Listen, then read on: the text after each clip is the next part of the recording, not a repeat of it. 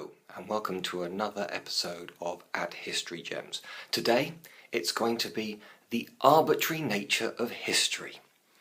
If you were to go onto the internet, let's say Amazon, and have a look at exactly how many books there are on World War II or Hitler, I bet it's loads. In fact, I tell you what, I've done it for you. Look at that, nearly 54,000 books on World War II. Now, I know what you're thinking. Let's face it, World War II happened pretty recently. It's within living memory, just about.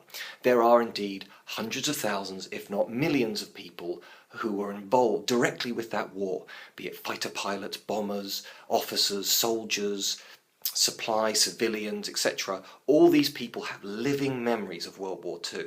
And in many ways, you can argue that the modern world has been shaped and moulded by this event. It was genuinely one of the most important wars in the whole of history.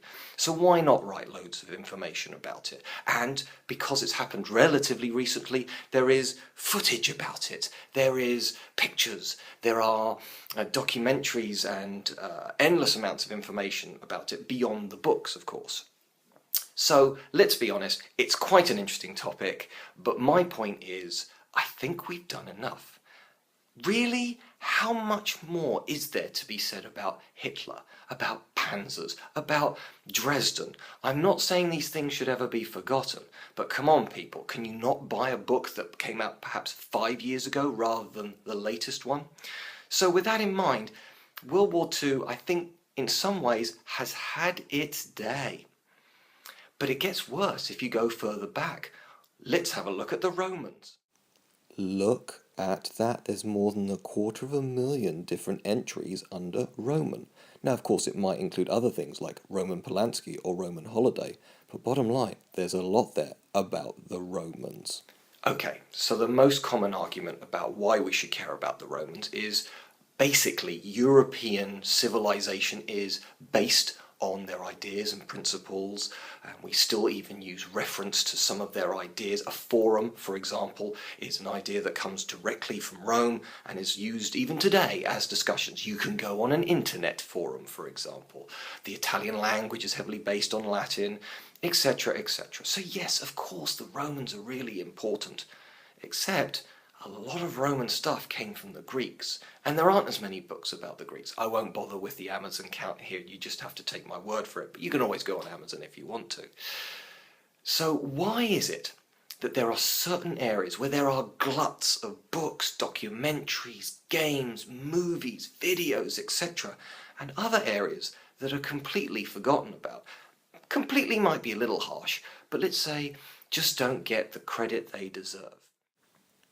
This is John Churchill, 1st Duke of Marlborough, and considered by many Britain's greatest general. Indeed, John Churchill is related to Winston Churchill and was his hero. But on the topic of military genius, who is the greatest general of all time? Well, it's arguably Emir Timur, better known as Tamerlane in the West. To give you an idea, Alexander the Great is lauded for being unconquered and unbeaten in 8 years. Tamerlane was unbeaten in 30. He managed to get as far as the borders of China, modern-day Turkey, Russia, and as far as Delhi. This man was awesomely powerful in the 14th century. Most people have never heard of him. Finally, this is Suleiman the Magnificent, known as Suleiman the Lawgiver in Turkey. In the 16th century, this was the power in Europe. You can talk about Philip of Spain or Queen Elizabeth or Henry VIII, but none of them truly had the same power as this man. History, therefore, is fairly arbitrary, as it turns out. You can be big, important, powerful, and utterly forgotten a generation later. You can have done wise things, terrible things, and nobody will have heard of you. And yet you might have been relatively mediocre, and for some reason, because you have an interesting private life, people bring you up again and again in documentaries and dramas and plays, and you will never escape a curse for a couple of bad mistakes in your life. I think that's a good place to leave this. History can be quite brutal. History can be quite arbitrary. And history can be deeply unfair. If you like this, then do hit the like button below, add a comment so long as it's nice, but you can always follow at History Gems both on the Facebook page and on the Twitter account. See you soon.